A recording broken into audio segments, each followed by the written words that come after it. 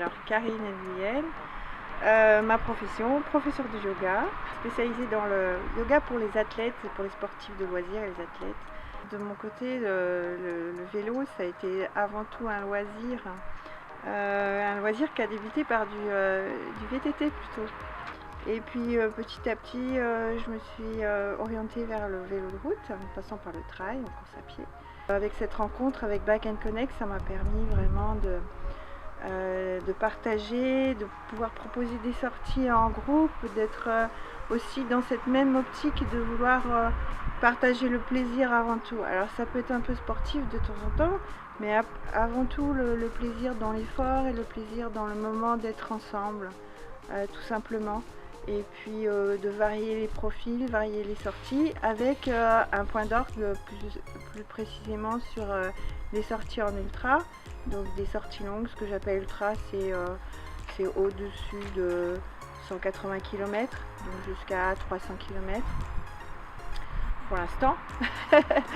J'ai bien sûr plein de projets pour 2019, alors je vais peut-être pas tout révéler, mais on ira certainement au-dessus des 300 km, peut-être même avec des sorties Bike & Connect le week-end, donc sur 2 jours. Donc peut-être aussi savoir gérer aussi bien la nutrition, l'effort bien sûr, mais la nutrition, et puis pourquoi pas ce qu'on appelle le bivy, hein, le bivouac, savoir peut-être se poser en pleine nature et puis récupérer comme ça. Donc une aventure peut-être à mettre en place pour le printemps, pour l'été. Voilà, okay.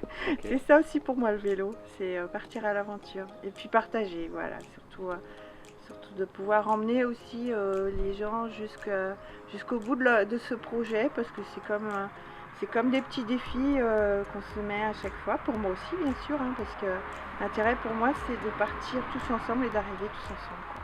Voilà. Donc je vous invite à venir partager des sorties Bike & Connect donc, par le site Bike & Connect Karine Yoga Athlétique. C'est en tous les cas là où je propose des sorties plutôt longues, mais en tous les cas on est surtout là pour partager un moment et puis partager notre passion qui est le vélo. Ça peut être le vélo de route, mais aussi en VTT, ce sera pour le printemps. À bientôt.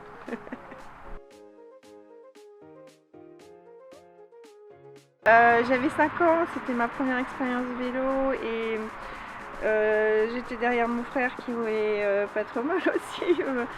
Et dans une descente, on était à la campagne, tout de suite évidemment. Et dans la première descente que j'ai prise, je savais pas que j'avais un vélo sans frein, donc ça s'est terminé dans le décor, mais dans un éclat de rire heureusement, et puis sans casse évidemment. Donc voilà, c'est peut-être aussi ce qui m'a attiré dans le VTT, c'est de retrouver ces sensations du début de la descente un peu grisante, et puis le défi c'est de ne pas tomber.